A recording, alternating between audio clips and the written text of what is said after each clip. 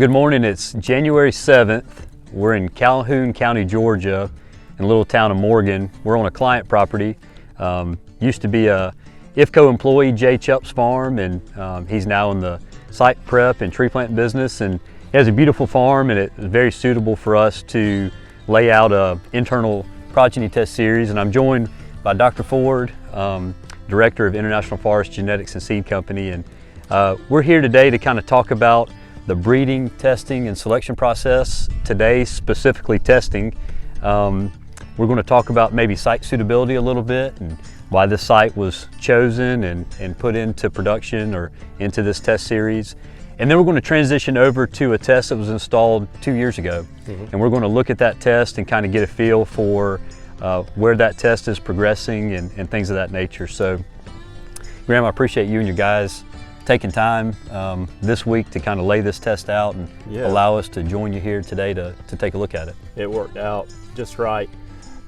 In our schedule, this site was kind of on the docket for this week, and next week we'll continue on. We'll wrap up our test installations next week. Okay.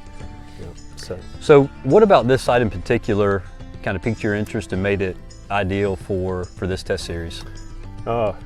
So in my opinion, progeny testing, quality of progeny testing is really the backbone of any tree improvement program. So when I think progeny test site suitability, the word that comes to mind is uniformity and high quality. And so old field sites really embody that definition. So when Jay came to us and said he's going to be reforesting this old field, which had historically been cotton and peanuts, I said, hey, we're actually going to be looking for some coastal internal progeny sites that year. Would you be willing to work with us? And he said, absolutely.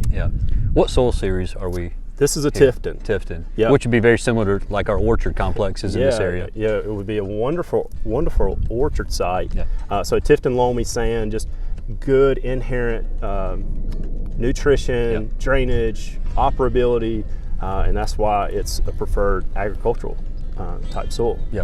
Lots of flags out here. Oh man. Okay, so give me a feel for the size of the test, if you would, and why are the flags oriented the way they are? We got guys that are doing some really high quality work behind us. Kind of what are they getting into right now, and speak to the test layout overall, if you would. All right, so this past growing season actually laid fallow, and we sampled the soil, determined some amendments we needed to add, and got those out back in the spring, and then did some subsoil ripping and disking to just break up any of the old plow pan. And that set the stage for us to lay it out and begin the planting. So this past week, using a transit, the guys laid in a corner and then worked out from there, and the pin flags serve the purpose of defining each individual two-dimensional planting location. And so all of the planting positions that were pin flagged here correspond to the design that I came up with and communicated to the guys, and they came out here and got it done. And all total, there's about 5 acres, just over 5 acres of total test here, including again, it's an internal series. There's 20 reps, single tree plot reps, in a row column design and some block plots of the same material. So you made reference that about a year ago, some site preparation work began for this test to be installed. Y'all may remember on our very first IFCO Edge video, we shot that on August 26. Graham and I were in the research greenhouse, and the seedlings that are being planted today were being cultured and taken care of there. And so this is kind of the fulfillment of that sowing, seeding process, managing it and getting it to the site. But Graham, the seedling itself, or the family or the cross that we're dealing with, how many years of work maybe went into testing or getting it to the point where it was worthy of being installed into this test?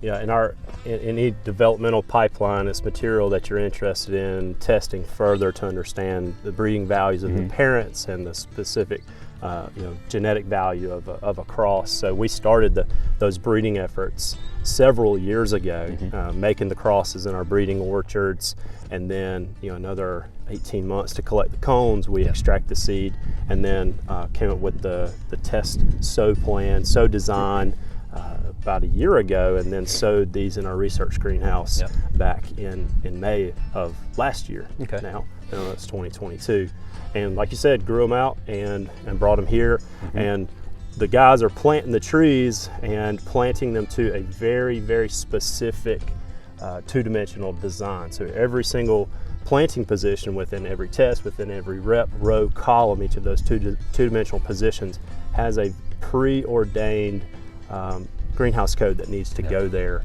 And I arrive at that through an algorithm that I use, a specialized program to come up with the test design. So it's extremely specific. A lot of detail. A lot of follow through, a lot of preparation, a lot of hard work. Yeah. So this is kind of one step in the process. So Graham, from today forward, what might be, say, the next year, 2, 3, 4, 5, 6? What are some benchmark years and things that you'll look at through this test? So planting is really just a step in the process. And when we leave here today, the guys will have confirmed every single planting position that it did get planted to its preordained prescription, and we'll have an establishment report for this site. We'll maintain that on our records, and then this coming year, really just within the next few months, we'll start to keep an eye on what the weed competition is here in the test, and we'll start with spring herbaceous weed control probably in the March time frame, I would suppose. And in an old field, we're really going to need to stay on top of the weeds so that the trees have room to grow and can have a good expression and get up and be on a good trajectory. So year one will be spring herbaceous control, and then a summer more than likely. And in this setting, we could actually mow between the rows if we wanted to.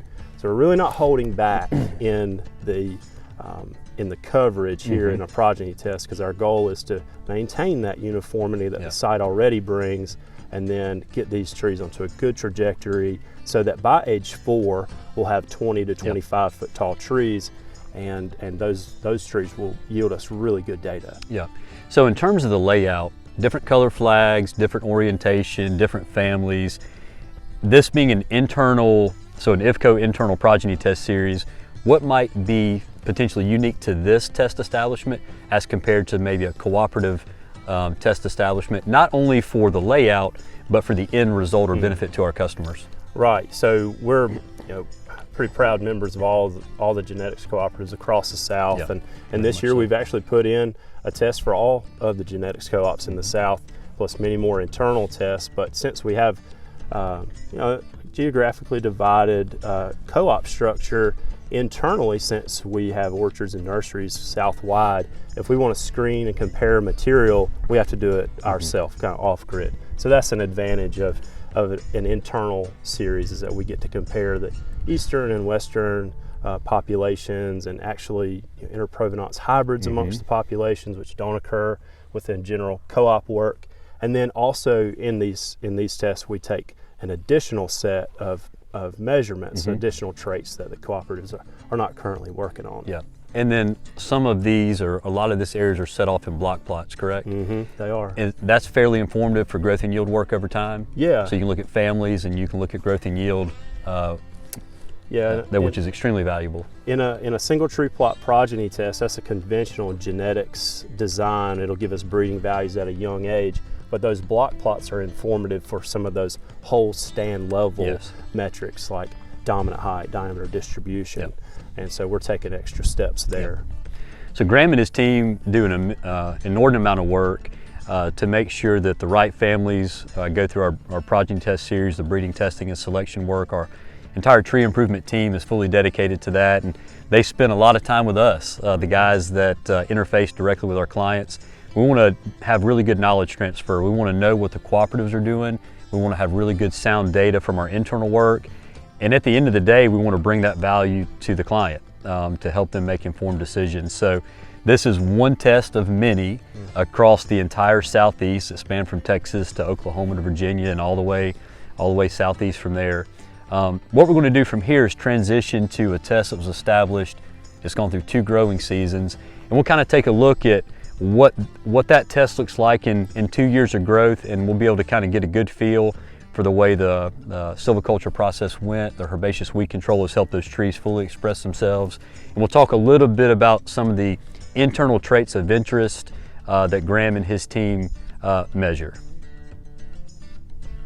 We're glad that you took some time today to engage with us and watch the video. We hope it was insightful to you and valuable to you as a landowner and a land manager.